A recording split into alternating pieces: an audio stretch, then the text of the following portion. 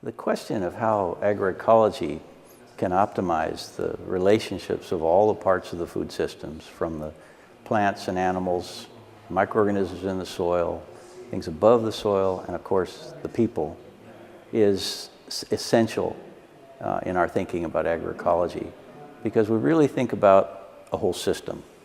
Agroecology is an approach that looks at how a system operates and interacts and relates.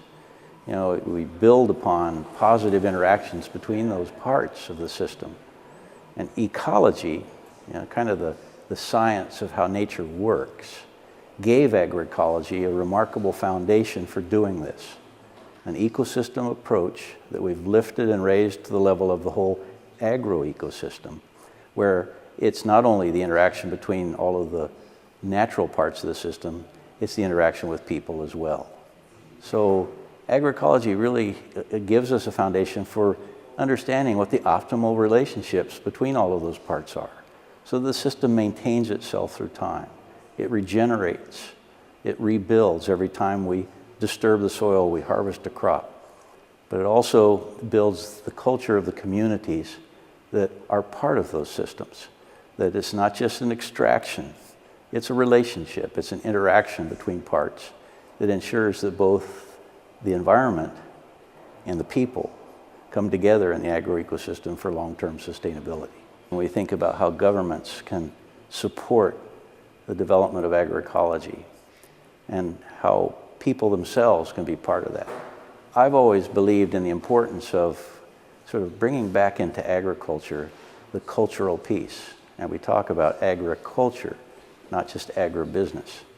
And when people are part of the system, and people who consume the food are just as important as the people who grow the food, we build a relationship-based system of exchange, of sharing, of knowledge.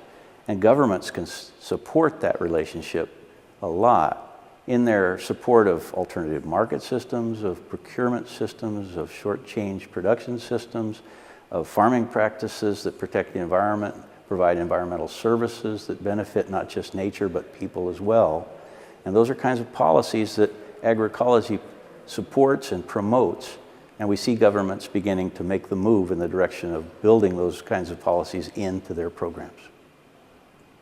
How do you see the future of agroecology? It's interesting for me looking at what the future of agroecology might be by first beginning by looking back. And I've been working in agroecology most of my life, and I've seen remarkable change. I've seen it go from a very small, sort of isolated approach to now this symposium that we're having, where people from countries all over the world, from the private sector, from the nonprofit sector, from the government sector, all working together, research coming together, and farmers. And it's key that all of these work together. And for me, the future is built on that kind of interaction, that kind of relationship between all those parts, sharing a common vision about what the future could be and needs to be if we're going to survive on this planet with so many changing factors, climate and cultures and governments and all. It's an understanding that we're all in this together and that we can't work against nature, we need to work with it.